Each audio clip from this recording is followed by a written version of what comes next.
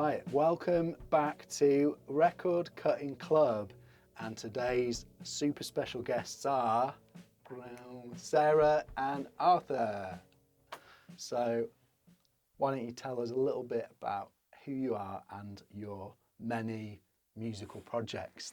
Yeah, well, between us, we've got quite a few things going on. So my current project mainly that I'm known for is Fig by 4, and I write and record everything for that, and then my friends get on stage with me when I play gigs. Nice. To make it like the full effect, I guess. Yeah. But it's quite a private project in that I kind of like scribble away lyrics and come up with guitar ideas and then pull a song together and then present it, you know, to audiences and stuff. And then Arthur's you've got a couple of bands. You got Jam J and RMA, Robin Minecraft Adventures, which is your solo project. Very cool. And that's what we've brought in today. So one of my songs and one of your songs. And Arthur similarly, like, is the root of all the ideas. Yeah, the creative genius. Yeah, and like lyrically, it's absolutely all Arthur. And has you have incredible hooks. You have a way of writing like really relatable choruses, especially, I think. And again, you get out every now and again and play gigs. Yeah. You got different band members. You got Mike who plays with you. Used to play with James, who now is famous for being in Yard Act. And you still see him from time to time, and he listens to your tracks, gives you feedback and stuff. Yeah, very cool. And you put out your album earlier this year, right? Or was it October last year? Oh, okay. Wow. Yeah. God, time's flown, hasn't it? Yeah. Yeah. Well, I was waiting for a few years to bring it out anyway. So, like in the timeline of Fig by 4, it's actually not been that long since it came out. But so now it's like onwards to the next stuff. So the album I still absolutely adore and play a lot of those songs live, but the next thing that's coming out is totally brand new and not on the album. Yeah. Tell us a little bit about what we're going to cut today then, the tracks. Yeah, absolutely. It'd be a pleasure. So Arthur's project, Robin Minecraft Adventures, mostly Arthur's ideas. Yeah. We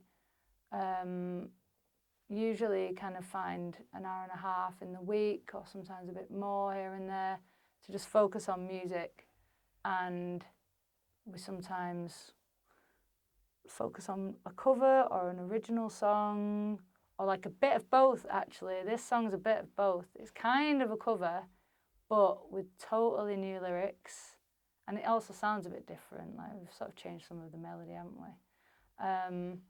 So do you want to tell me what you'd like me to say about your song? No. Arthur's friend James has a band called Yard Act, and they have a song called Dark Days, and we turned on its head and made it Light Days because it was summer. Was it that last summer when we were working on it? I think it was, yeah. So that's Arthur's song. Cool. And then my song is kind of one that I've recorded in the studio that's like 90% there. It's not mixed yet, but it'll end up on a record or somewhere. Yeah. We've been playing it live a bit, but also like it's not quite finished. Yeah. So it'll make a good like little double A side. Yeah. For us both. Because Arthur's been saying for ages that everyone but him has a record. Oh, right. Well, we've got to fix that then. Yeah. Rare Tone, I'm here for you. Yeah. Absolutely. And I guess then this will be a kind of special, like, super limited edition of your tune. This tune is going to come out later. Yeah. And it might change a little bit throughout that process. But yeah. And you were saying before about a track you've got on a compilation that's coming out on vinyl as well, hey? Yeah, so Only Skin is part of a compilation coming out through Come Play With Me. So it's the side-by-side volume 4, 12-inch, local acts or like Leeds adjacent acts. I'm very much based in Leeds, but a lot of the artists are kind of in other places but have a connection to Leeds. Yeah. So it's a like nice little like pool of artists that are just growing and growing. And I assume that the compilation will continue, so it'll just be this nice like collective of artists and bands Yeah. brought together to come play with me. And was that track on the compilation on the album as well? No, it's I went into the studio because I kind of, my habit is just to book time in a studio, see what I have to take in, usually come out with 1 or 2 recordings that are pretty much done. Yeah. And then they're there to do something with. Like, I've not got a hard and fast plan to like make a record Yeah. at the moment, although I'm building towards that and it will end up being a record. But this one song was kind of a standalone thing that was just ready. And then I saw the call out. I was like, oh, I'll just put that in for it. Ah, sweet. And it was pretty easy, to be honest. Like, it was just like there, ready, submitted, and got accepted. Nice. So that's cool to have like 2 vinyl releases in a year, like one of your own and then one of like that's on the compilation with like loads of different artists. That's pretty good, like schedule to have, you know, in terms of like releasing stuff. Yeah, and as someone who like, I'm quite a bit of an audiophile in the sense that I like hearing how music or like audio is presented on different formats in different through different systems. Even I'm like such a nerd, like I'll take my favorite record over to my friend's house to see how it sounds on their system. Oh, cool. And like what comes out, because I'll constantly be hearing new stuff on my record if I hear it in other places. Wow. And I've heard that album a lot now. Yeah, like, I've heard it a lot. Yeah. And it's still surprising me. I'm still hearing new things depending on like the context and the systems that I'm hearing it on. And I'm all up for like the different ways that you can set up listening to vinyl. Yeah. Speakers and the needle and whatever. Yeah, I think there's a lot that people don't realise goes into the sound, which it's not just how it's made, it's how it's played back, and nearly everyone has some form of a different system, whether it's they might have the same deck but they've got a different amp, or they've got the same amp but they've got different speakers, or they've got everything the same but the cartridge is different. So there's always something. I think it's pretty rare that anyone has the exact 2 same setups. Yeah. So yeah, that's cool. I like the fact you take records around to your friends and then just keeps it interesting. It's like this pursuit of like really getting to know a record. Yeah. And like constantly like turning a page on it. Like, oh right, I've unlocked something in this album that I'd never heard before. Yeah. I'll have to bring it over to your setup. I've heard it actually. Arthur's got my record and we've listened to it in your living room, but Arthur's got his own vinyl set up in your room now, haven't you? Nice. Yeah. And likewise, I can take your record over to my place. Have a listen to it there. And so what are your sort of experiences with vinyl? So did you like grow up with records, or was it something you got into like later on in life, or as you became a musician and stuff like that? That's a really good question. I remember there always being vinyl around that I would look at. Like there were album covers, 12-inch album covers that I remember like pulling out of from the back of the couch. Yeah, oh right. Because Mum and Dad didn't listen to them. Like they had a vinyl era and they kept all their vinyl, but they didn't have a setup when I was growing up. But I'd just pull these records from out the back of the couch, and be like, whoa, and like look at it, like touch it and stuff, and be like, yeah, the cardboard, well good. This just feels really cool. Yeah. And then put it back and put a CD on to listen to the CD. Yeah. But I would start to pick up 7-inches from. So I grew up in Manchester, so I'd go to Piccadilly Records, and like there were some vinyl shops in Affleck's Palace. Oh and yeah. Just like the look of something. Yeah.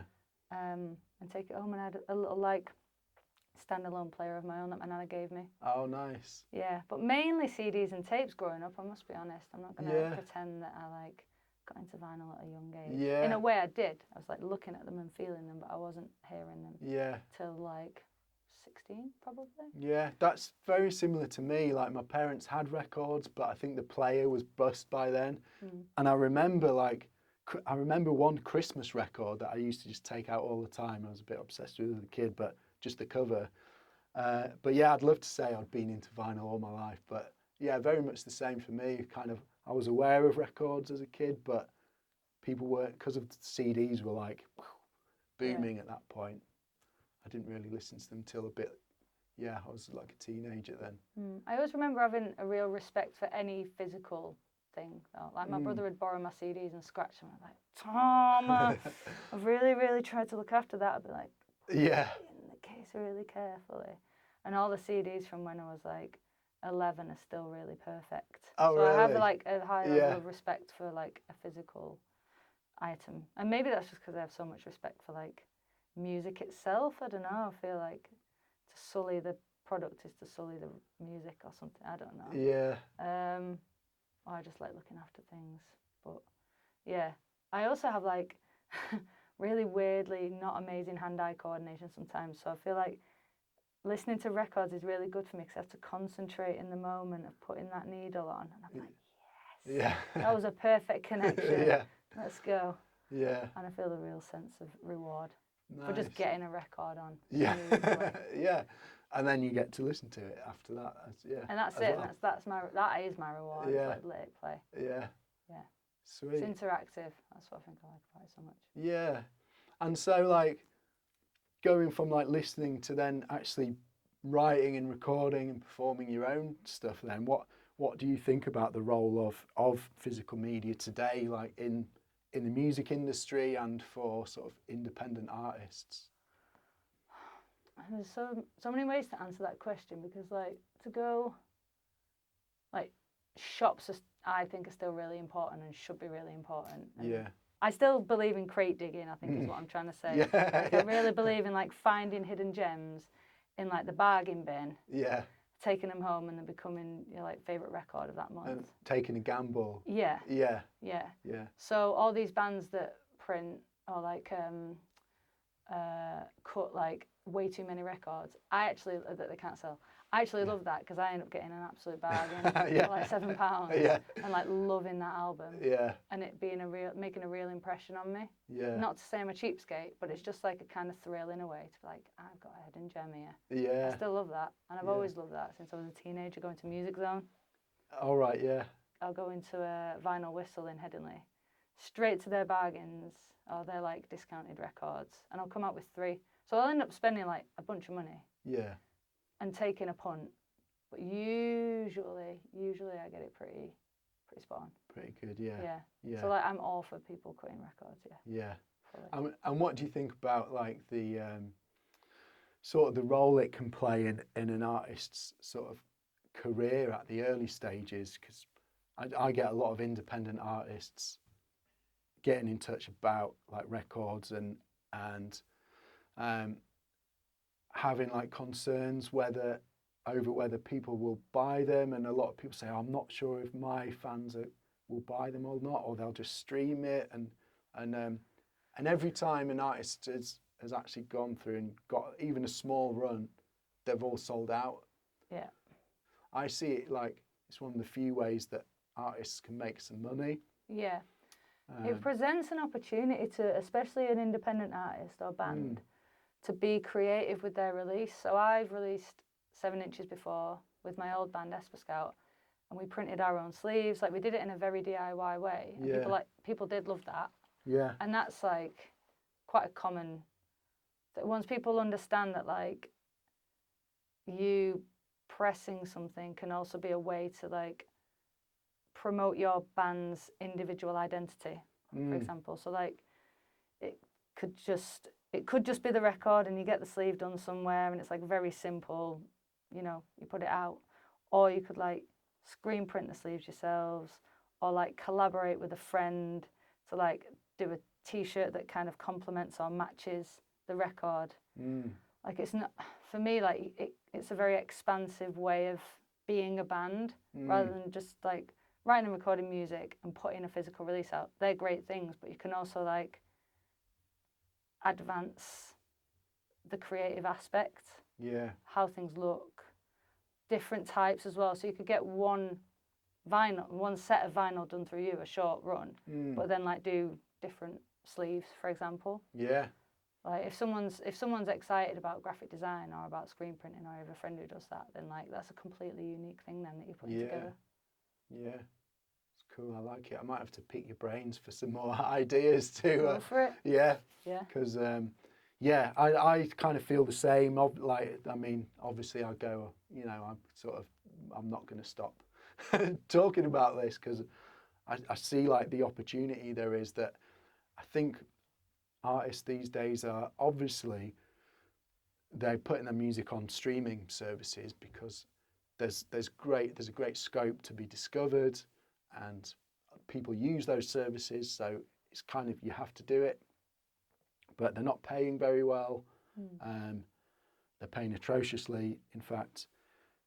So, and also I think audiences want a bit more of a connection.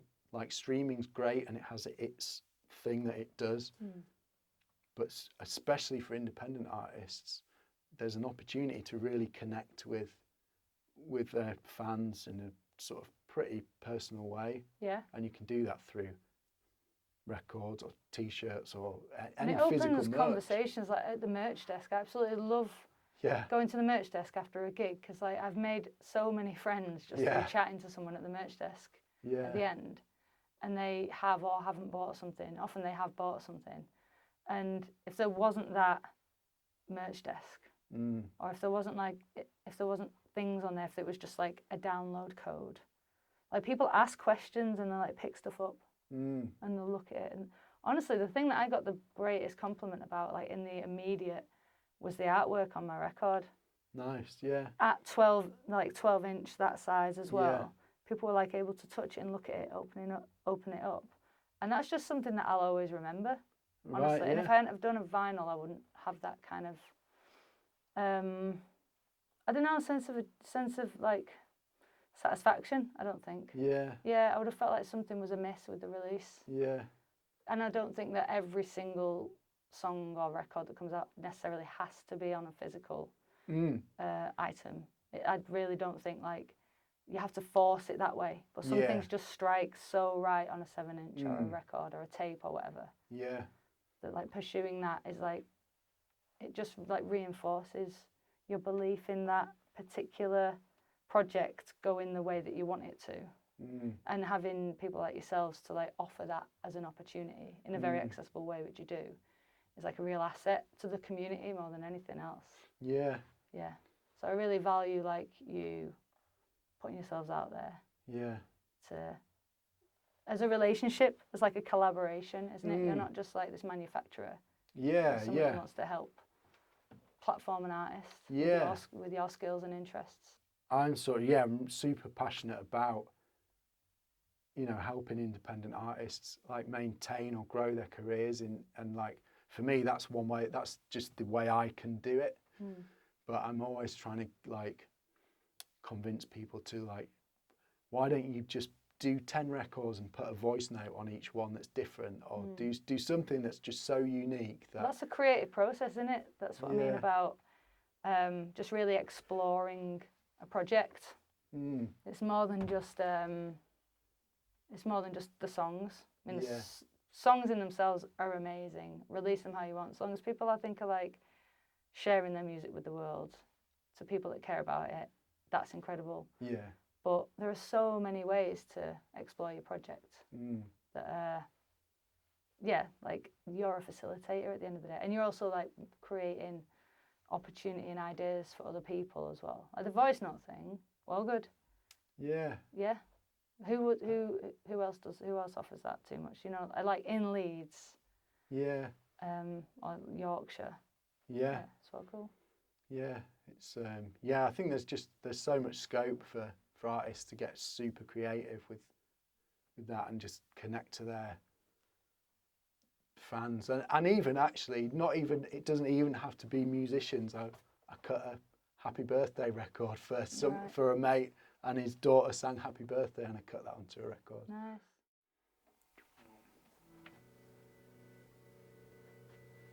So the counterpart to this is what I brought in last time. Oh, okay. So I went and did a couple of days at Greenmount and came out with these 2 songs. Oh, nice. And took it home. It sounds well good on the. Oh, sweet. Reb, who plays bass for us, she listened to it as well, and she's like, "Oh my god!" And then like showed everyone that came along, just because nice. She's like, "That's such a special thing to have." Yeah. As like a time capsule. Yeah, yeah. Like that's how that song sounded at that moment in time. Yeah, yeah. As a keepsake. Yeah. So yeah, really glad to have that actually. Sweet. Oh, nice. And so these will be 2. So I'll have this one as well. Yeah. It's a little pair, a little partnership in my Yeah. record collection. To probably do something with at some point. Yeah. I think I will. I think I'll keep them as little trinkets and listen to them occasionally, and then like sell them on or put them to a good cause. Yeah. I'll That's let a you know cool if idea. I do. Yeah, I will. Yeah.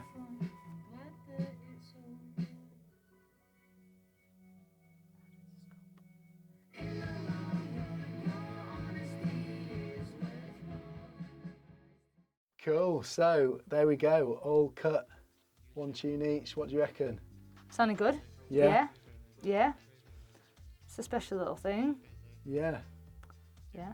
So what do you reckon? Is it going to be a keepsake for you?